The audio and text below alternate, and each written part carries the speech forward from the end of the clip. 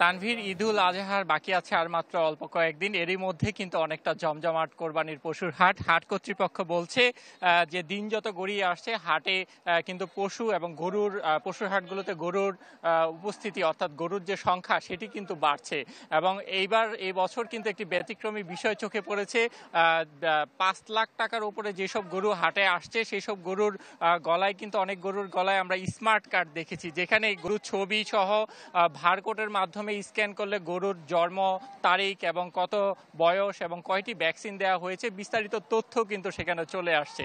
এবং এমন উদ্যোগকে কিন্তু যারা গরু কিনছেন পশু কোরবানি দেওয়ার জন্য তারা সাধুবাদ জানিয়েছে। এছাড়া যারা এখানে গরু নিয়ে আসছেন সেসব ব্যাপারীরা কিন্তু বলছেন যে দূর দূরান্ত থেকে দেশের বিভিন্ন জেলা থেকে তারা নদী পথে কিন্তু ট্রলার যোগে এবং ওয়ালটন ফ্রিজ কিনে অনেকের মতো আপনিও হয়ে যেতে পারেন মিলেনিয়াল। সেরা পণ্যের সেরা অফার। ট্রাকে করে কিন্তু তারা গরু নিয়ে আসছেন এবং হাট কর্তৃপক্ষ বলছে যে ঈদের দিন যত ঘনিয়ে আসছে বেচা বিক্রি ওইভাবে জমে ওঠেনি। মানুষ এখন আসছে পরিবারের ছোট ছোট সন্তানদেরকে নিয়ে, অন্যান্য সদস্যদের সাথে কিন্তু তারা গরু দেখতে আসছে এবং গরু দেখতে এসে কিন্তু তারা এখানে গরু কিনছেন এবং গরু দামাদামি করছেন।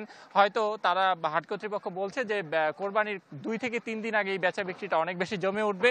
সবকিছু মিলিয়ে যেটি বলা যায় যে একেবারেই কিন্তু পশুর হাট জমজমাট। এবং হাট কর্তৃপক্ষ বলছে যে আজকে পর্যন্ত কিন্তু মুক্তারপুরের যে বিসিক হাট আছে সেখানে প্রায় 8,500-এর বেশি গরু কিন্তু ব্যাপারীরা নিয়ে এসেছেন এবং পর্যায়ক্রমে সেই সব গরু কিন্তু হাটে বিভিন্ন জায়গায় তারা ক্রেতা যারা গরু পশু কিনতে আসছেন তাদের দেখার জন্য রাখা হয়েছে। এবং আকার ভেদে কিন্তু 2 লাখ টাকা থেকে শুরু করে 40-50 লাখ টাকা দামের গরু কিন্তু হাটে এবার দেখা মিলছে এবং বড় আকারের। বুঝতে পেরেছি শুভ, নিশ্চয়ই আবারও ফিরবো, জানবো পশু হাটের খবর। ধন্যবাদ অনেক আপনাদের সঙ্গে যুক্ত হওয়ার জন্য।